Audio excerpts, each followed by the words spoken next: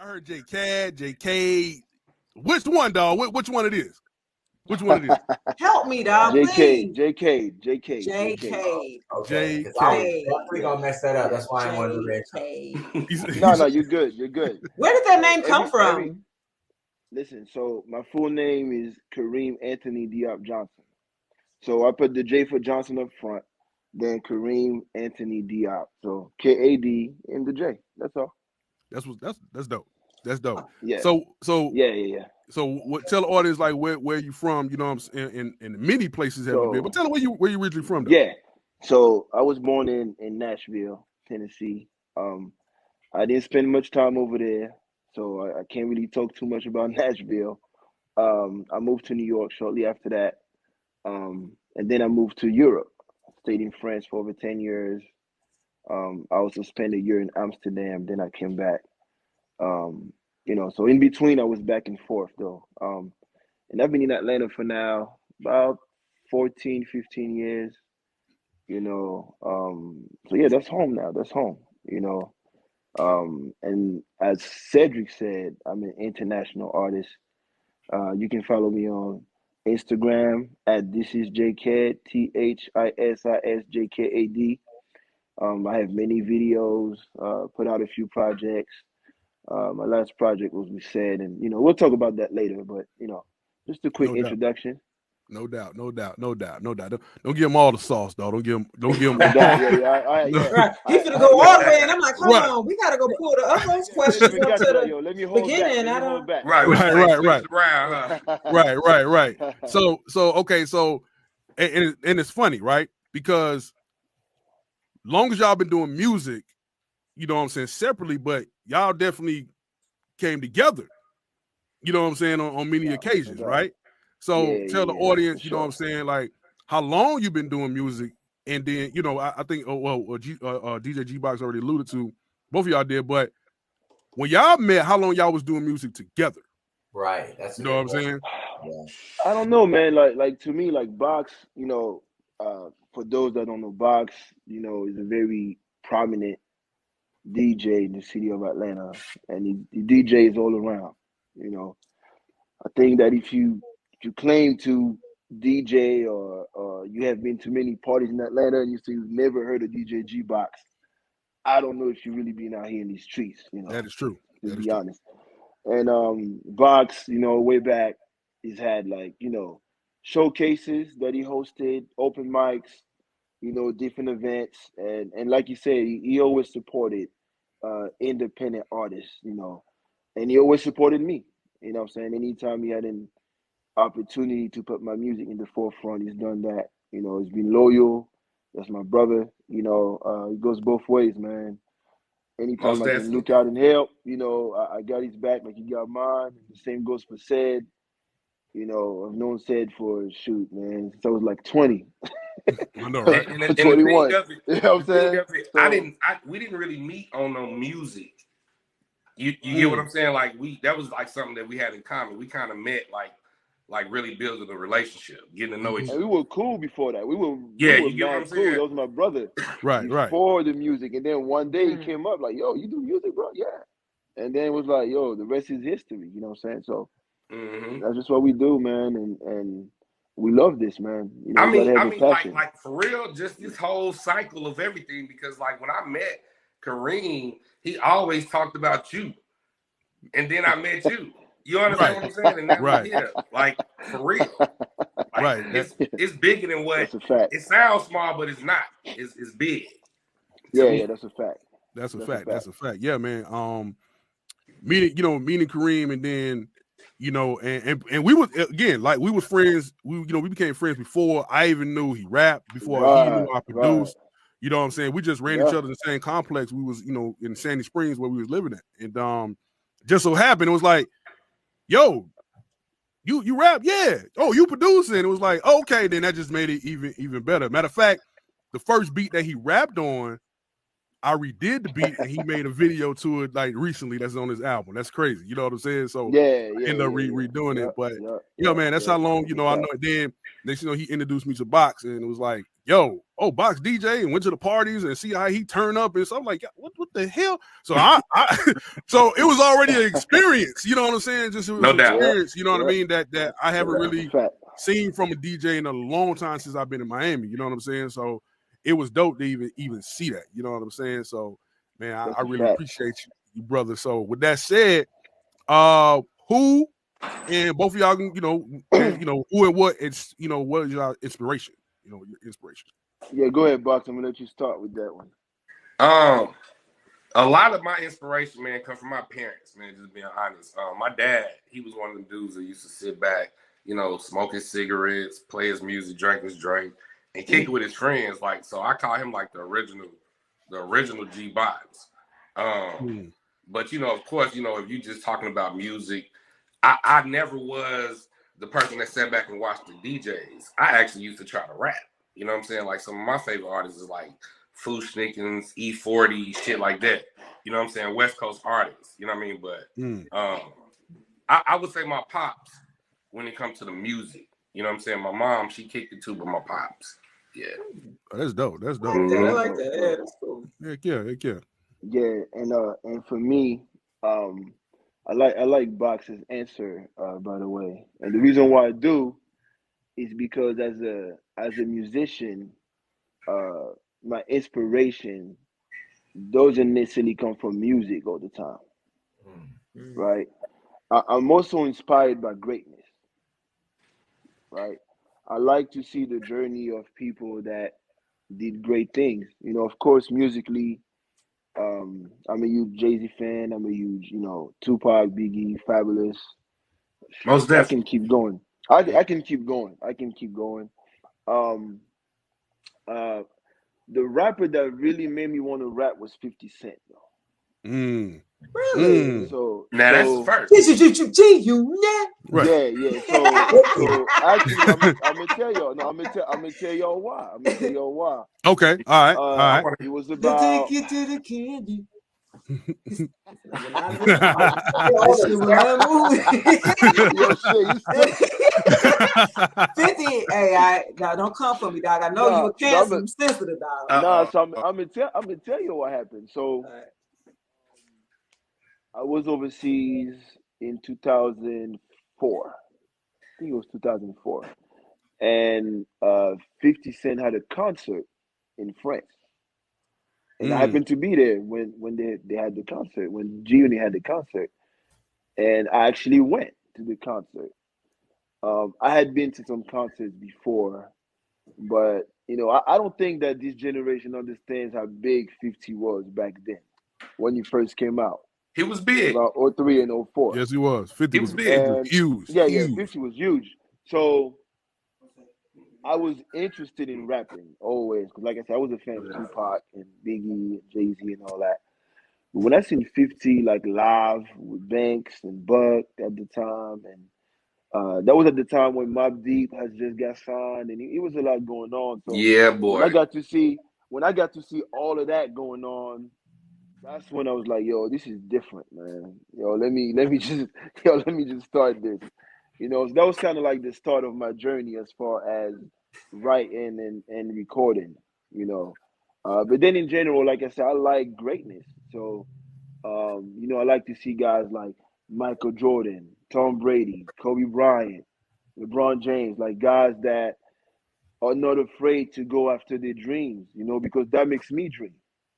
When you see other people that come from nothing and they made something out of the little bit that they had, out of the gift that they had, it lets you know that anything is achievable if you set your mind to it. Right. So greatness to me is always something that I admire, and that inspires me, in general. That's what's up. Yeah. That's what's up. Yeah, I know you told me that story, you know what I'm saying? And then a lot of people don't know you was like in one of the videos. You know what I'm saying? Oh yeah. No, I remember videos. Yeah, Jay-Z video. That's right. That's right. I saw Jay-Z. I mean, we didn't have a conversation, but we're just like, hey, what's up? He was in Jay-Z video. Yeah. You was in Jay-Z video? Yeah. Says show it to you.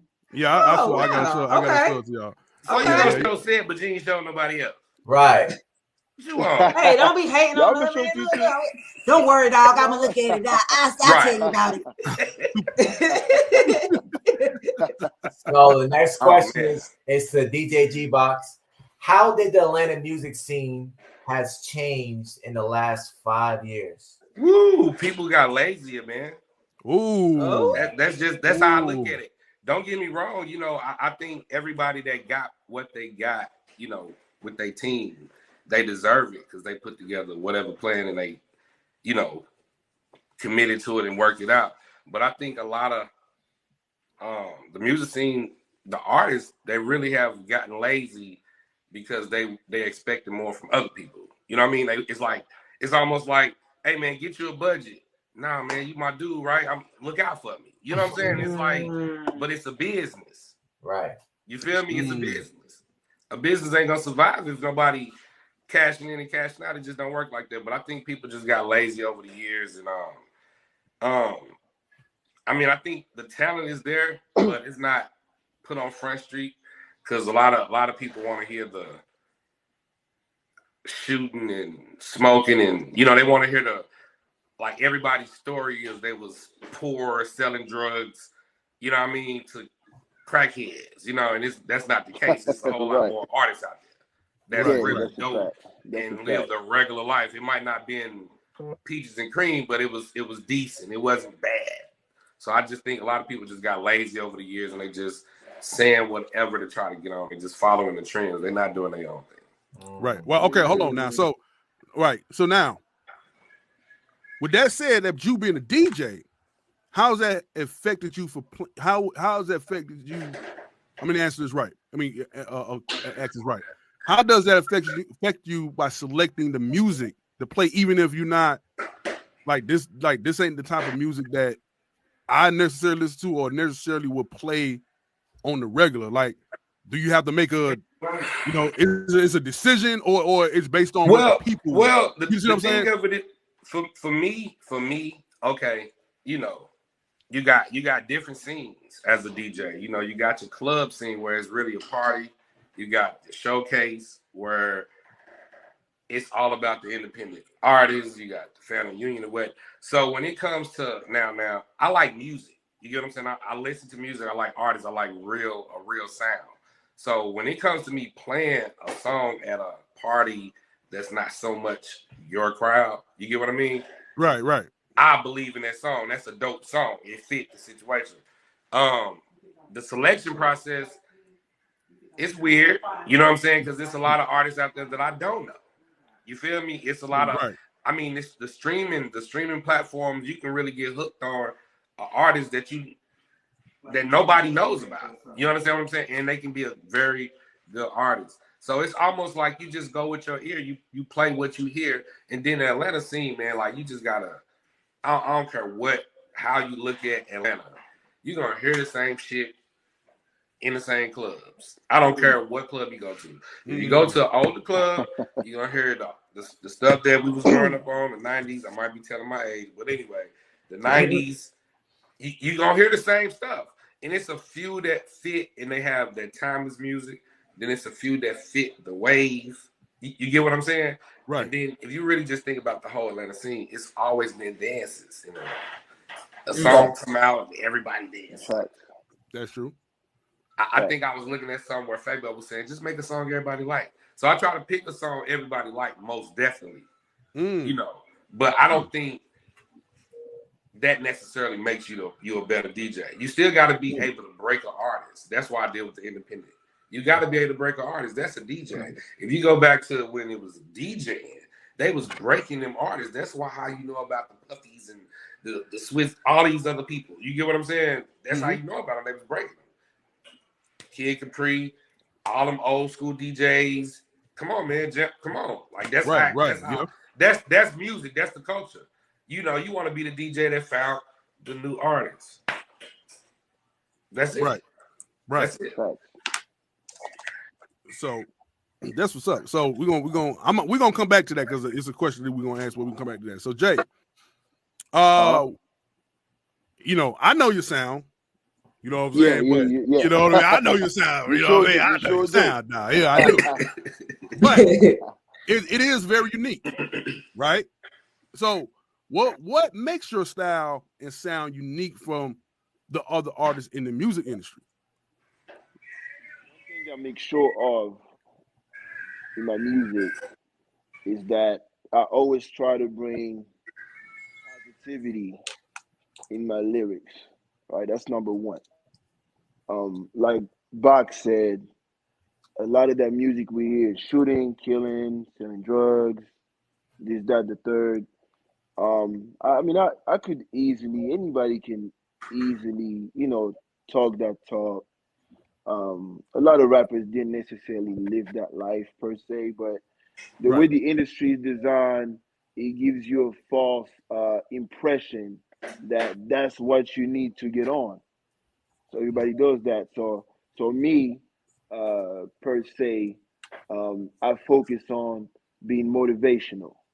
Start from the bottom, make it to the top, in my own way. I don't think that selling drugs and being a killer is cool. There's nothing cool about that to me.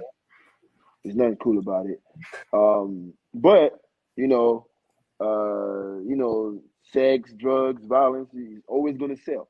It sells. It's entertaining. Right. It's entertaining, and I would be a liar. I would be a liar if I told you that don't listen to that nonsense sometimes, because I do. We all do.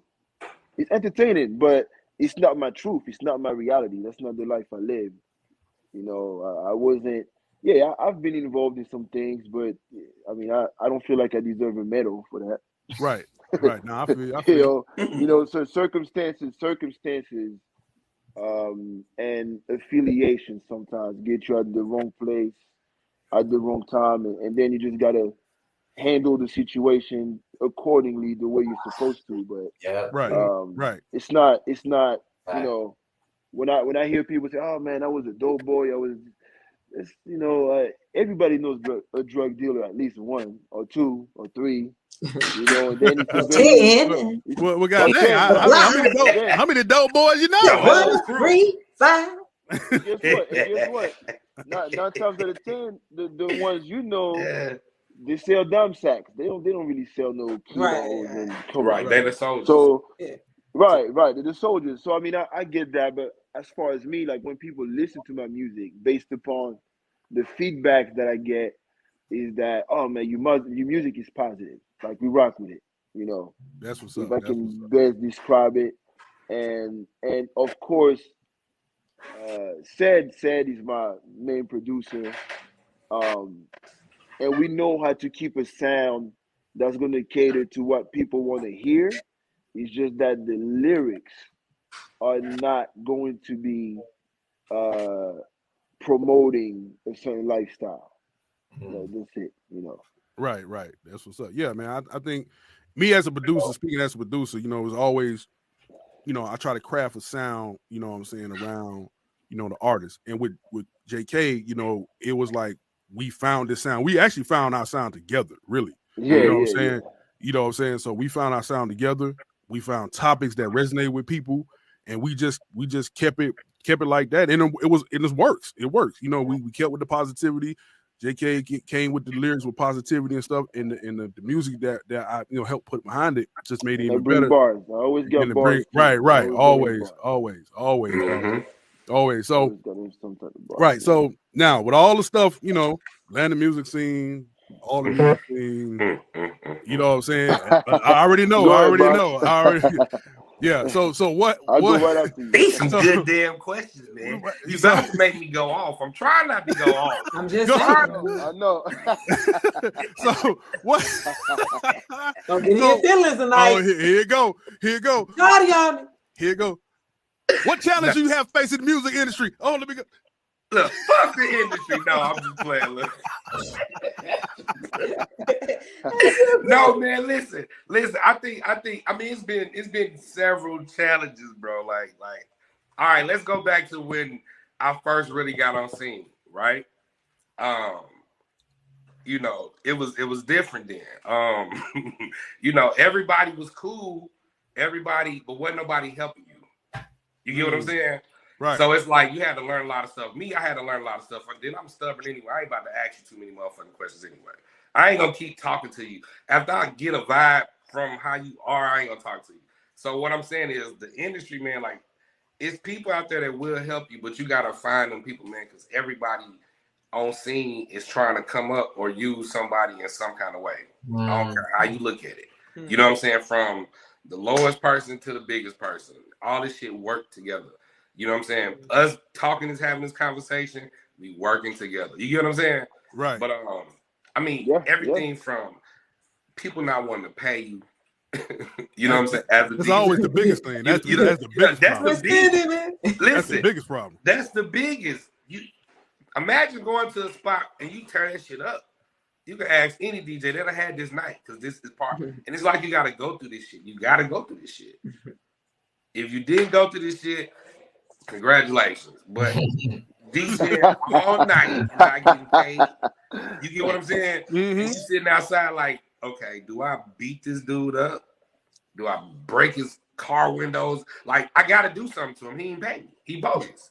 You know what I'm saying? Then it's like, nah. Then I'm be fucked up. So it's like a lot of. So that's one. Got him. That's one. That is one. That's one. That's one. Then you do have independent artists, man, that just ain't. They just don't stand on their word. You understand what I'm saying? You can't do business with somebody that just don't stand on their word. Exactly. Don't have no work ethic. You know what I'm saying? Don't have no. That's a big one. That's another big one. That's another big one. You know what I'm saying? Exactly. So that's something you face. Then you always get the one to say, "Hey man, I'm looking for a manager. Man, I need a manager." Okay. Then when you get a manager, you expect the manager to pay for everything. You expect the manager to do everything. And it's like, no, bro, that's not how it works. You know what I'm saying? That's not how it works. You got to put other people in place to make certain things happen. You get what I'm saying? Like, it's like the totality of going to the next level or trying to find your way in the industry. You really got to find your place. And my place, I think, as of right now, is simply, it's almost like, you know, I'd never be too cocky, but I feel like this. If you do come to Atlanta, at some point in time, you will see me, though. You see what I'm saying? Right, facts. That's facts. Say nothing about nobody else. You know what I'm saying? Because people ask, oh, well, why you ain't doing this? Why you ain't doing this? Hey, bro, that's just how the cookie crumble. You know what I'm saying? But I still get to it. You feel me? So what's your part or place in the industry to do? And I think everybody's place at some point in time is just to help the next person. Because just because I'm doing it don't mean I'm going to blow up. I might gain all the knowledge to give to this person so he can blow up. Now we kicking it. You know what I'm saying? So it's, you know, it's a lot of challenges, man. But if you want it, you got to go out there. You got to go get it. That's just what it is. Yep. That's a fact. And it's almost like how a drug dealer would say, man, I'm about to go out here and sell this dope, nigga. If I go to jail for 30 years, nigga, so what? This is what I have to do. Right. You get what I'm saying? Yeah. That's a fact. So Jay, same question, dog. I already, let us know, dog. So even from an artist standpoint. I agree with Box. You know, the other thing too is that, just like you said, everybody is going to try to use somebody else as a crutch at some point, right? In this game, because that's the way the game is designed. That's how. If you're a producer, you need an artist to get you out there, right? If you're an artist, you need a producer. You know what I'm saying? So then, if you got a dope song, you need a DJ. The DJ needs to be the first one to put out the dopest song that ever came out.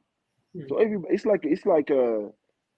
like a whole, you know, bubble, and you just need those components to kind of bring the best out of everybody. Right. You know, that's the way the game is. And when you do your part, for example, me as an artist, like, for example, I do have a lot of followers on Instagram, and a lot of that is based upon my content. Like, what do I post? Everything that I post caters to my craft. So everything I post is music videos, me in the studio, me with G-Box at an event, me with Set, we recording songs, stuff like that. So people kind of follow my journey, and they always see a progression, right? I never stay stagnant. My newest video is going to be better than the last one. The newest video is going to look slightly different from the one before and the one before, right? Then the music may sound different as well, so you always try to bring something different. And the reason why I explained this, and I'm gonna revert it back to the question, is because the industry treats you the way you invest into yourself as well. So a lot of guys have high expectations from the industry, but like Bach said, artists are cheap. You know, so a lot of guys, they claim they're rappers. Oh, okay, let me go to Instagram. You may run into the right person. You may run into the right person, but And guess don't what? even You don't know. have your stuff together. You running So G-Box now, and you ain't got the stuff together. You know what Yeah, I'm saying? you so hear now, them artists so with now, right. So your let me give you an garden on that example, right? bitch. You planting weed. How many dudes? how many dudes do I know that say, "Oh, I rap," and I go to the Instagram page, all you see is videos at the gym. You see him in his kitchen cooking something, fixing his car. For real. I'm like, For bro, real. can I see a picture of you like recording something or some music video? You know what I'm saying? When I see you, Right. right. So the thing is, a lot of people have high expectations, but they don't put in the work. And the reality, like Bach said, the industry is like a place where everybody kind of needs somebody, but if you're in the room and nobody needs your services or helping you is not going to elevate my situation, they're going to frown upon you. Yeah, most definitely. Because people don't realize that it takes a lot of money to break an artist anyway. Yeah. And nobody's going to invest into a person that doesn't have their stuff together. Now, I understand that if you take that old format. Hold on, Jay. Say that again. Say it again. Say that again. What that part? That the part whole you thing?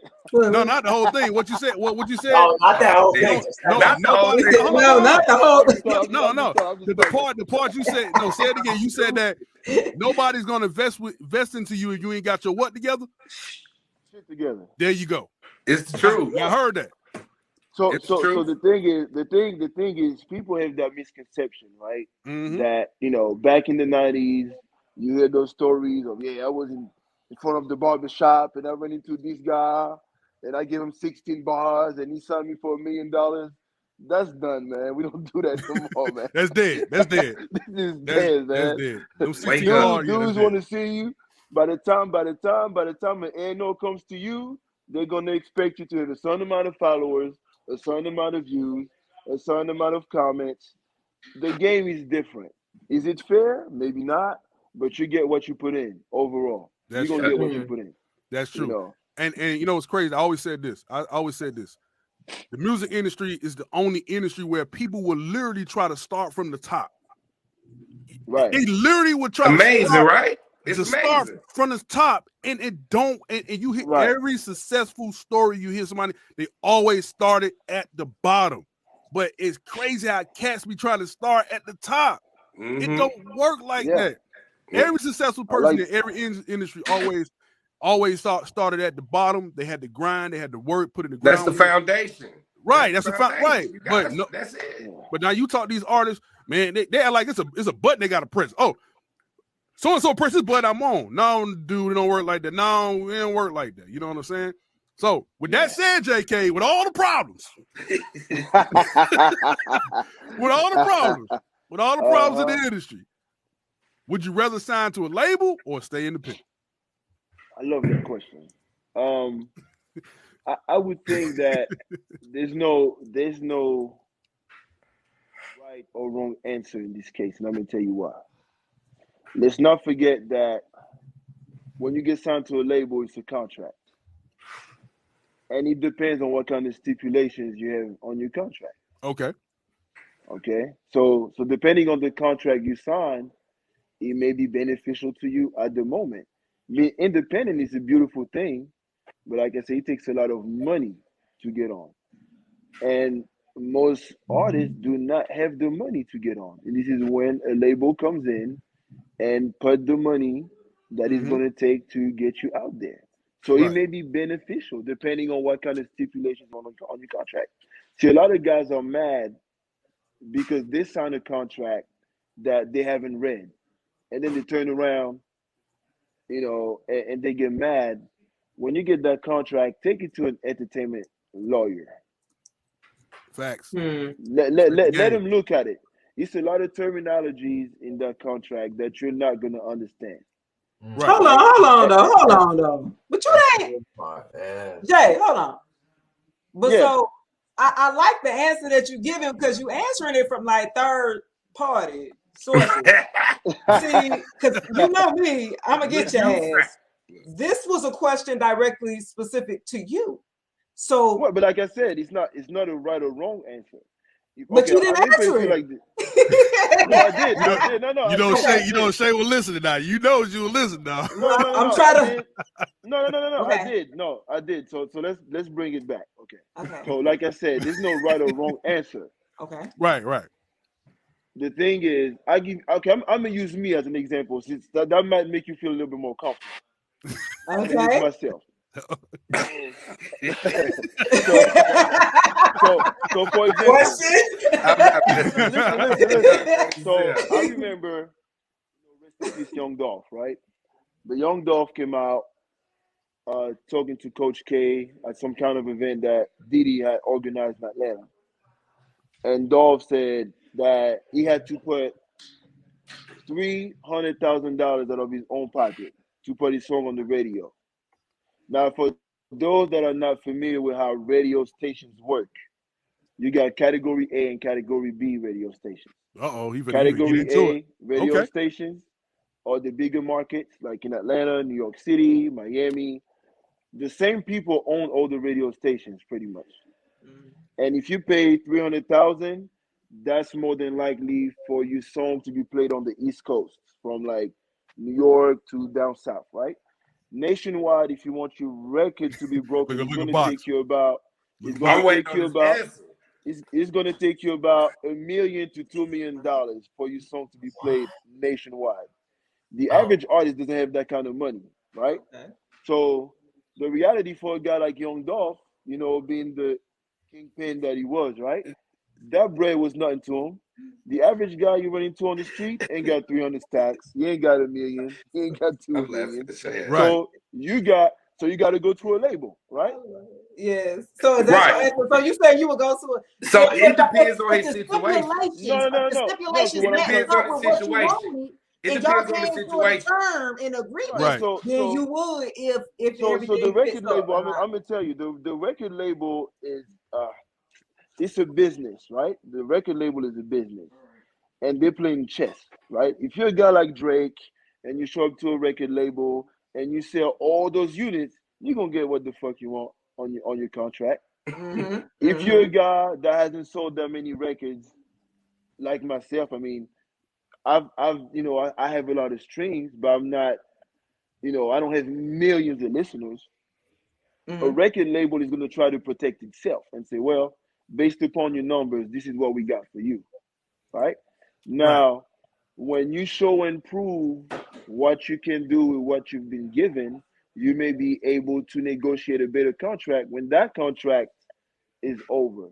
So the reason why I say that is because your contract is only going to go as far as your talent can sell units. Right. So being independent is better because you get all the money for yourself.